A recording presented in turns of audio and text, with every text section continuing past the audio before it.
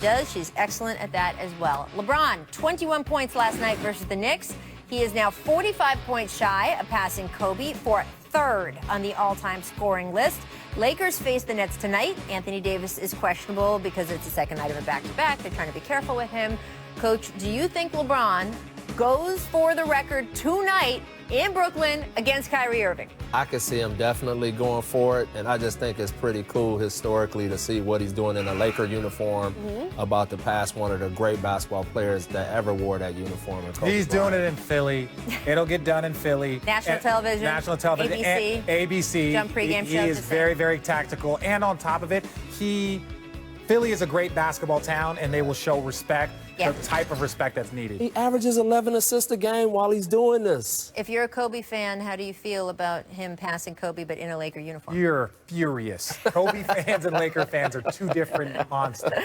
Kyrie Irving, as I mentioned, back tonight, sat out Monday with a tight hamstring. It does mean LeBron is going to go head-to-head with his former teammate. Look at their numbers, head-to-head. LeBron has the edge in every category. Most importantly, of course, wins. Coach, what do you expect of your former pupil, LeBron, versus his former teammate, Kyrie? Oh, you know, you always get up for guys that you played with in the same uniform, and now he gets to go in there and try to rip his head off. But I think Kyrie is going to come out and really try to play well.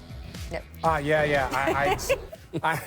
think We're Kyrie, just trying to do like 6 people's jobs on the show. Yeah, right look, Kyrie is going to obviously take the challenge, but Kyrie's one of those guys that he believes in a much bigger, broader thing, so he doesn't view this as him versus LeBron. He's going to go out there and try and play basketball where LeBron is doing what he's done for 217 years. I know how competitive both these guys are. Absolutely. And I think that, you know, some of the head-to-head sort of just stuff that was going on between them dissolved last year, remember? Yeah. But I do think they still both want to show out against each other and play well and different reasons. It's a big game for both teams from a record standpoint, too. Big game, a lot of fun. All right, thank you to Coach Fizdale. Thank you to Richard for joining me today. Congratulations to all the McDonald's Today's opening tip, LeBron goes ISO mode in MSG last night. Richard, do you like to see LeBron toy with defenders like this? Honestly, the old me would crack jokes about MSG and the Knicks, but the new me is just going to say that's a very tough shot and great defense by Taj Gibson. How long is this new you going to last? Like 2 minutes? Probably 3 about minutes? 5 minutes, probably till this clip is over. Good to know. Fizz and I need to, we just need to know what to plan what for, we're dealing Richard. with here. Exactly. There you go. 5 minutes. The new Richard Jefferson. Welcome to The Jump. I'm Rachel Nichols, alongside our resident head coach, David Fizdale, and indeed the NBA champ, Richard Jefferson. Coming up in a few moments, we will announce the rosters for the 2020 McDonald's All-American Boys and Girls Games. There's a lot of high school hoopers, hopefully watching the show right now on the ESPN app. In class? No, maybe I shouldn't say that. But hey, we're here for you, and we won't make you wait too long. First, though, you know how on IG there's a guy who always races to put first on everyone's post? And yeah, it is pretty much always a guy. I don't know who started that or who thinks it's clever, but it's not like it only happens online.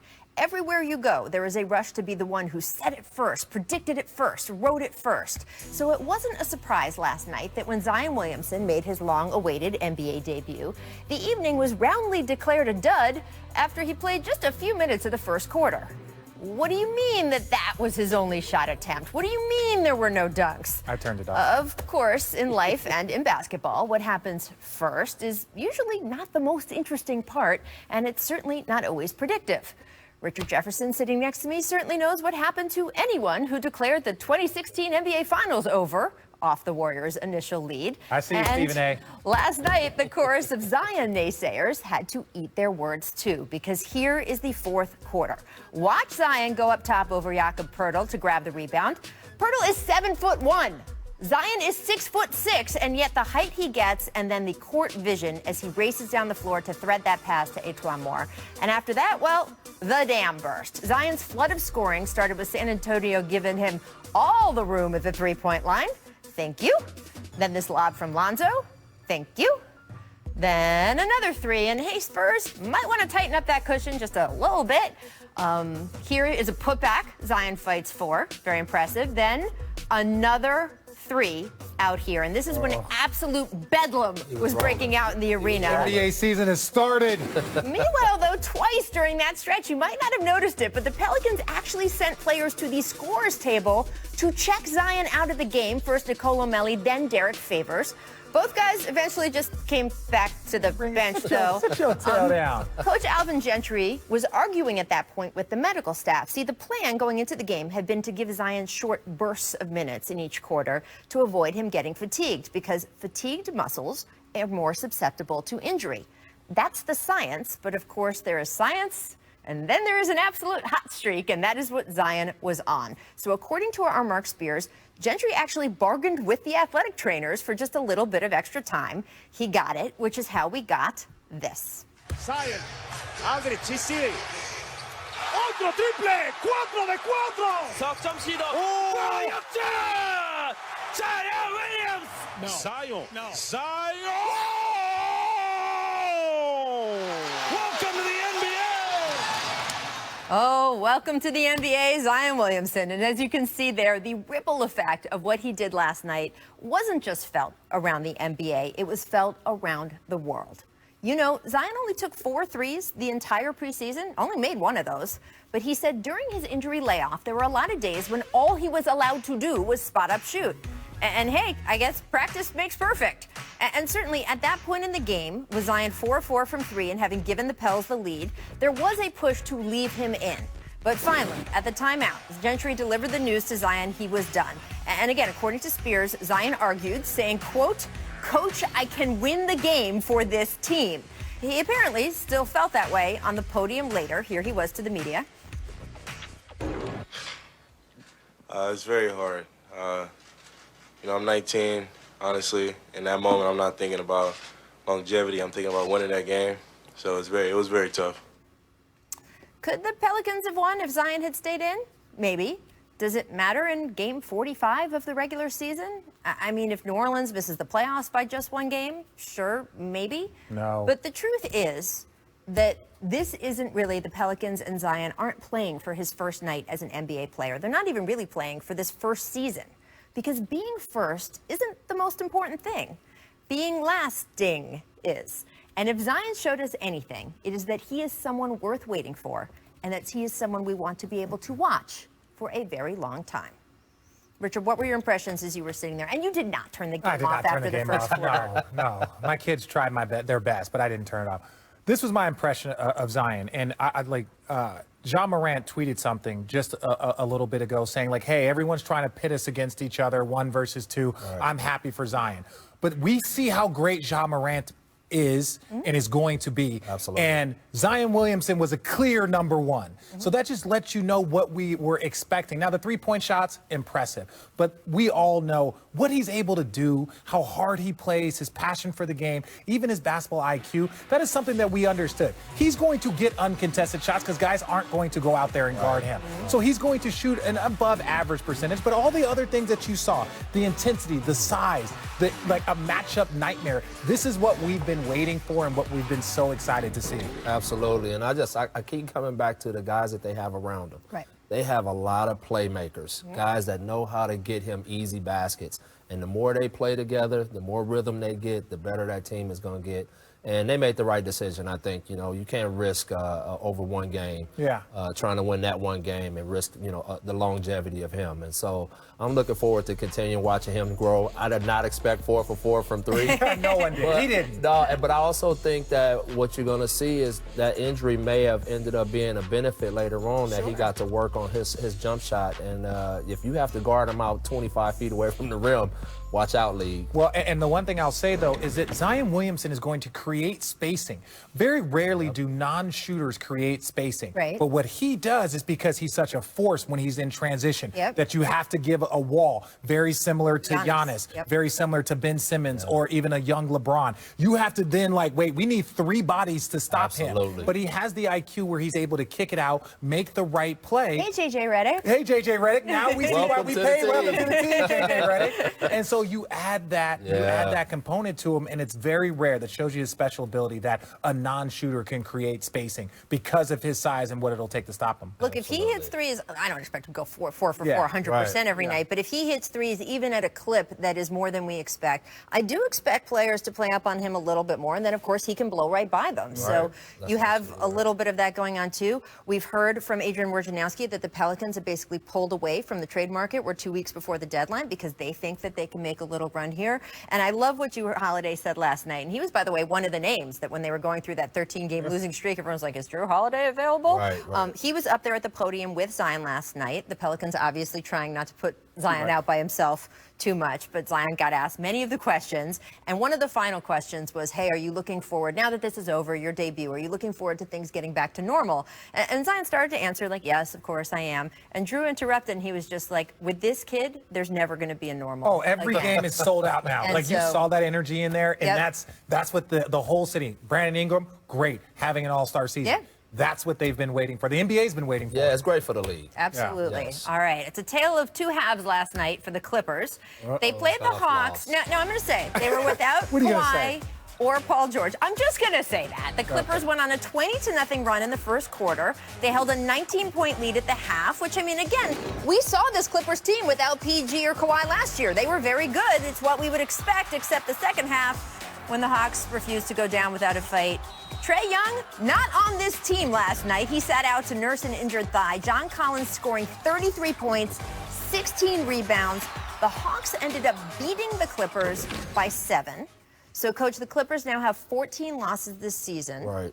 Was last night their most embarrassing of the 14 I don't losses? get into the embarrassing part because any night you can lose to any team. Okay. And especially with their 2 stars out. They're playing against a desperate team in Atlanta. The one thing that's interesting with Trae Young being out, as good as he is offensively, it took a non-defender off the floor, and it added more size to their lineup. That's such a nice way. That's such a nice way. It took a non-defender off the floor. I like the kid. He's going to get better. But right now, I just think it added a guy on the floor that can help them get stops. Sure. And that's how you come back from a 20-point deficit, is you got to put together some stops. And credit to Atlanta for hanging in there and digging in. So this is one of those games where you look at the end of the season when you're talking about postseason matchups, like, well, they lost. It's like, it's just one game. So you don't think this was their worst loss this season? I don't think it's the worst loss because Trae wasn't there. Their 2 starters weren't there. Again, what does it even mean? I'll say this, though.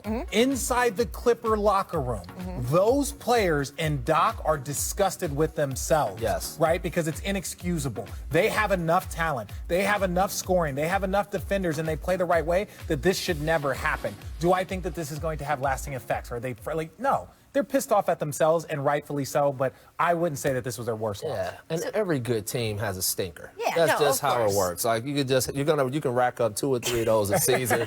It don't matter how good your team is. Your championship team, y'all have some stinkers every year. We had some. And I know as a coach, sometimes you don't even show the film. You're just like, we're just going to put that in the trash and go. I do want to ask you, though, Fizz, about the chemistry of this Clippers team. Yeah. Because I think they've done some smart things with how they have or haven't played Kawhi Leonard. He looks so rested and good right now, and this is the part of the season where you want to start to get it going. So all of that stuff, keeping him out, keeping Paul George out when he's even just mildly hurt, all of that clearly has been good for getting their stars where they need to be in the spring. But what about the chemistry aspect? Well, obviously, it's not killing them too bad because they have 30 wins on the season, so they're pretty dang good. But I think what you're going to start seeing is post-All-Star break. They're going to start playing those guys more together, and you're going to start seeing them rev up for the playoffs. And that's what it's about. You got to think big picture when it comes to a lot of these things. Again, I go back to that Toronto team that Kawhi was a part of, and he was on load management there.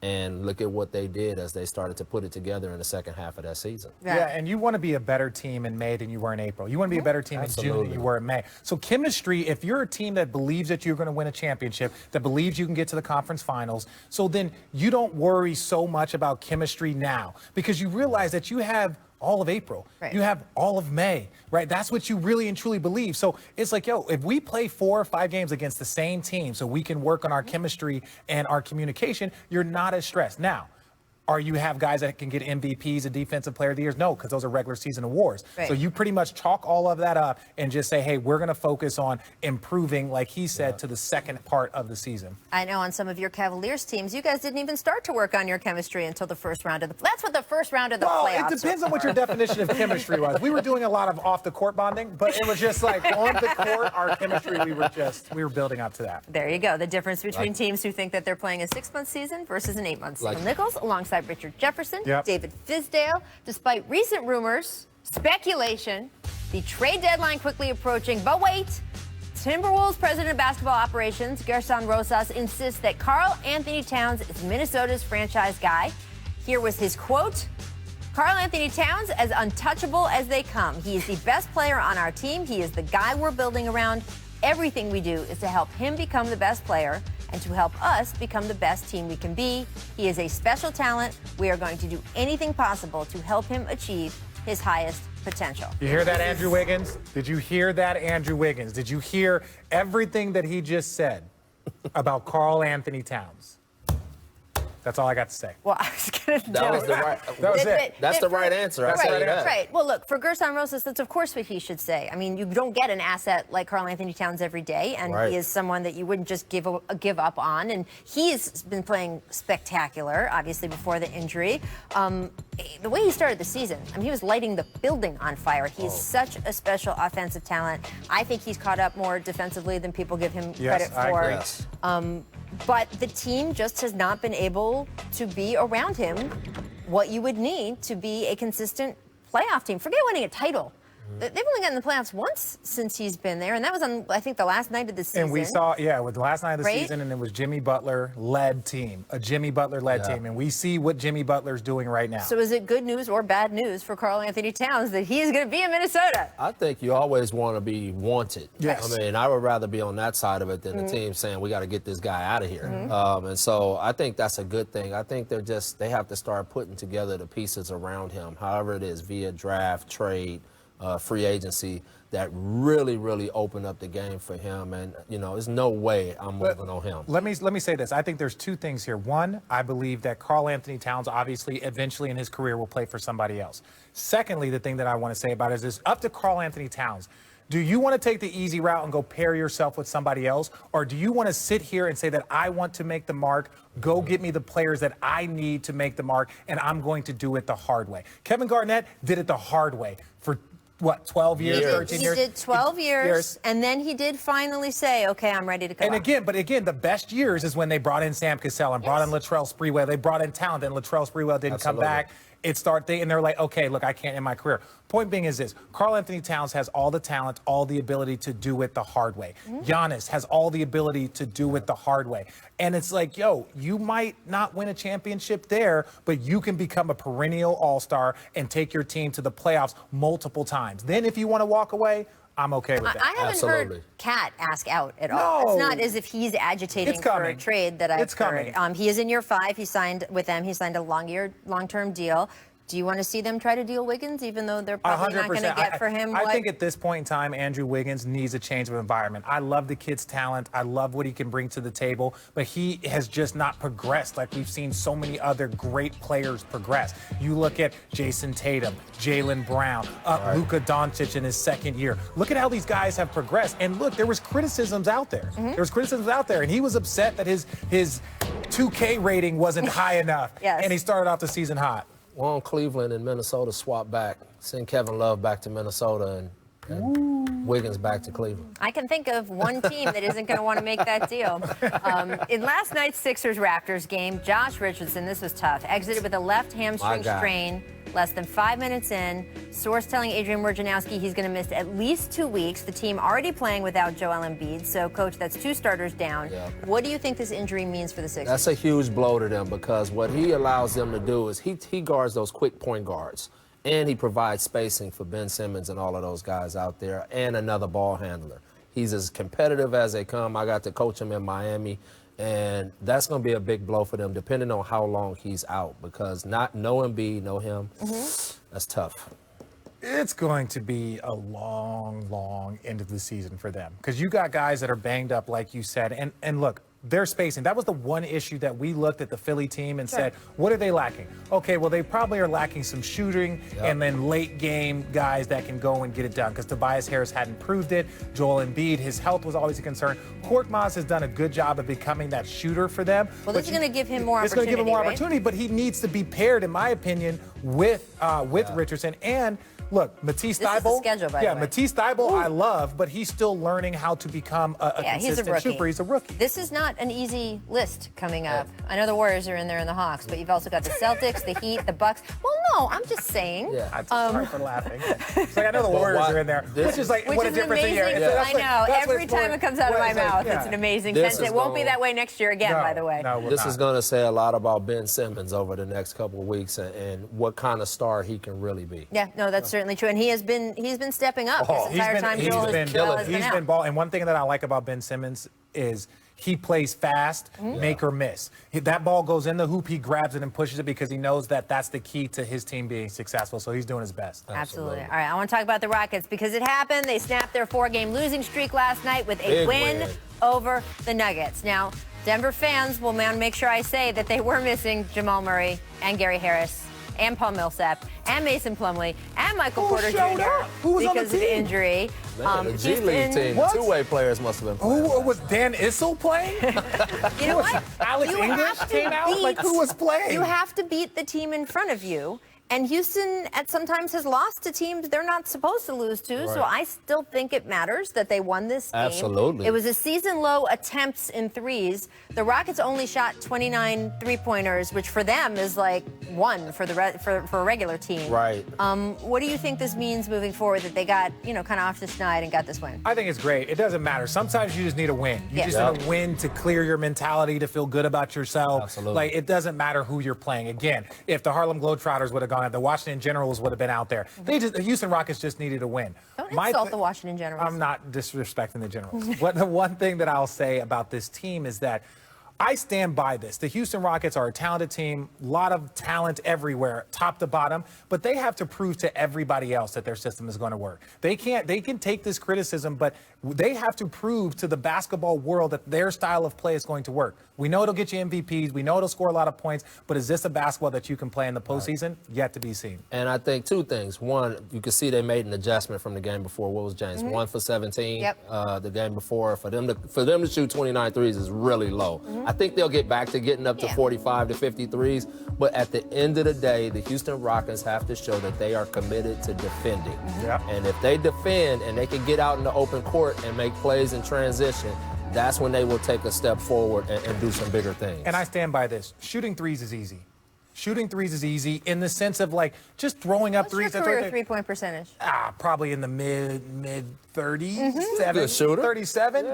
I hit 1,000 threes or so. No big deal. Not that he knows. Not that I know. I only say this because it's like, sometimes ball movement, moving bodies, cutting back door, that's hard work. And so is winning a championship. So if you're just going to say, hey, I'm going to shoot 28 threes tonight and just see what happens, that's not proving how hard it is to win. Well, here's what I would say, is that I have held the Rockets to the standard at this point, saying, kind of like you said earlier, show me in the playoffs. Right? At this point, I know how good a team you are. I know you've got MVPs on this team. Show me in the playoffs. If I'm going to say that to them about the wins, I kind of have to say that to them about the losses, too. Absolutely. You lose 4 in a row during the regular season, I don't care that much. I want to see what you do in the playoffs. Same with the Clippers. Either way. All right, coming up, senior debut games of all the other Jordan guys across the roster. So nice. Cool way to just kind of welcome them in. All right, Jordan Brand killing it because they not only have Zion, they've got Luka Doncic. Wow. What are the next steps for him and Jordan Brand going forward? I sat down with Luka in Dallas a couple weeks ago. Having his own sneaker has been like one of his dreams for his entire teenage years, and now he's going to get one. Yeah, he doesn't necessarily have a signature shoe yet, but it's a great opportunity for him to have that. Russell Westbrook's the only other guy with a shoe there right now. So you look at Zion, you look at Rui Hachimura with his Japanese background, along with Jason Tatum and Luka. Those four are going to be Jordan's really going to be looking at taking this totally globally now. They're 25, 30 years in as a brand. Wow. And so it's how do you expand beyond just the likeness of Michael? Okay, well, and you guys do a great job of that. But obviously, like Carmelo and Chris Paul, those have been some of your anchors for the past 15 years. And you have Luka now and you have Zion. Do you think that I feel like it's harder, in my opinion, watching this. When you're with Nike, it's like they make stars, right? Like your shoes, like they talk about when that shoe's coming out, the release date, the colorways. I feel like it's a little bit different for Jordan Brand. Do you feel like that impacts how guys want to be on Jordan versus Nike or versus another shoe company? I think that has been the case when you look at guys like Ray Allen, Michael Finley, even D. Wade. They were still compared to Michael. Yeah. Right now we're seeing a shift, though. Zion might be the first face of the brand that doesn't play anything unlike or anything like Mike. Yeah. Right. Obviously, they have the air in common. Yeah. But outside of that, Jordan Brand is looking to establish themselves as a brand, as a company, and get away from that. Okay. Oh, now how as a coach do I get a coaching shoe? Soft soles. You have to be a college coach, apparently. Then you get the shoe deal and the kids get nothing. I'm sorry. John Morant, I want to talk about him. He's exceeded expectations this season, even competing for an all-star spot. And on Monday, Nike chose Morant to debut the Adapt BB 2.0 against the Pelicans. So, Nick, has the way he has played this first half of the season accelerated Nike's plan for him? His game's electric. I think he's basically a combination of Russell Westbrook and Kyrie, and as a sneaker brand, that's as exciting as it gets. The Adapt that he debuted is an auto lacing shoe. They're $400. Yeah. Inspired That's by Back to the future shoe, right? and so the tagline for the shoe is the future of the game, and they feel that he could be the future of the game from that position.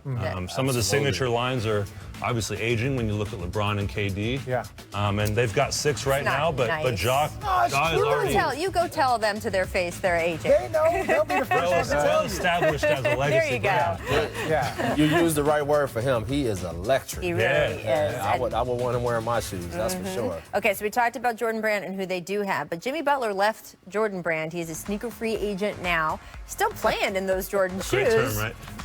Yeah, it's real. Is he going to sign with anyone else? So Jimmy's Jordan deal was up in October of 2020.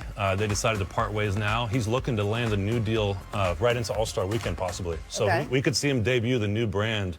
And there's up to 6 brands right now he's talking to. We could see him debut that in the Sunday. Are you guys still trying to keep him, or are you guys decided that when you said part ways? Nick works for us. But I know. I'm just saying. I know. I'm saying it's Jordan. The Jordan conversation is Yes. over. Yeah. Okay. That's why I was asking. Yeah, so Yes. that's they parted ways at that point. Obviously, get they've it. got Zion and Luka now. Yeah. But I think you look at New Balance, you look at Puma that are back in the mix. Under Armour, they've had conversations Saying with. those names. What about any of the overseas shoes? Like And then- D-Wade had the Li Ning shoe. Yep. Is that something because of that relationship? Would Jimmy be that's looking an to do interesting that? question. Yeah, so you have those 3 brands that are based in the U.S. and then potentially 3 from China. I mean, being in Miami, you see the power of the brand D-Wade built. And Way of Wade, even though D-Wade retired, he has 11 stores in China. They're still making new models. Right. And he's signed. So If they were to land a guy printing in money. Miami, that would be a great And the fit. other thing about it is they give the player a ton of creative control over his shoe. Right. I remember D-Wade he had so many different flavors of shoes. He was handing them out like Tic Tacs, man. It He was was awesome. wearing 40 to 50 colors a season. Oh, no It was doubt. endless. CJ I McCollum's benefited on from line that. too, right? And so, so Li Ning has CJ McCollum. They signed RJ Hampton from this upcoming draft, and they just signed D'Angelo Russell, who's wearing Wade now. Yep. But getting a starting 2 guard on a number 2 seed Miami team right now, it would be a good fit. So when you say he's looking to, and also he knows, right? If he's going to make his decision and he's going to debut at All-Star He Weekend, you're doesn't know telling yet. me he doesn't know yet? So they're talking to 6 brands right now, potentially more that could get in the mix. They're going to take some meetings in the next couple weeks. Okay. Multiple millions of dollars are being offered, and then he'll land on a deal. It's a good life. He going to China. He going to China like D-Wade. We'll see. Get Coming 9 up, I want to talk stores. a little bit LeBron and Kyrie. They're going head-to-head tonight in Brooklyn. Expectations for that matchup. First, though, time for our second distant replay of the day. This one from this date, 2009. Tyrus Thomas, welcome to the program. That's a name I haven't heard in a minute. He caught a lot of bodies. He caught a lot of And the bodies. little stare after. Who was it? Oh, J.O. Oh, poor J.O. Did someone just say the late Jermaine O'Neal? Yeah, Come on, because he just people. died right there. Come on. Is this before or after the Stromae Swift dunk on him? J.O. the the Stromae- business type.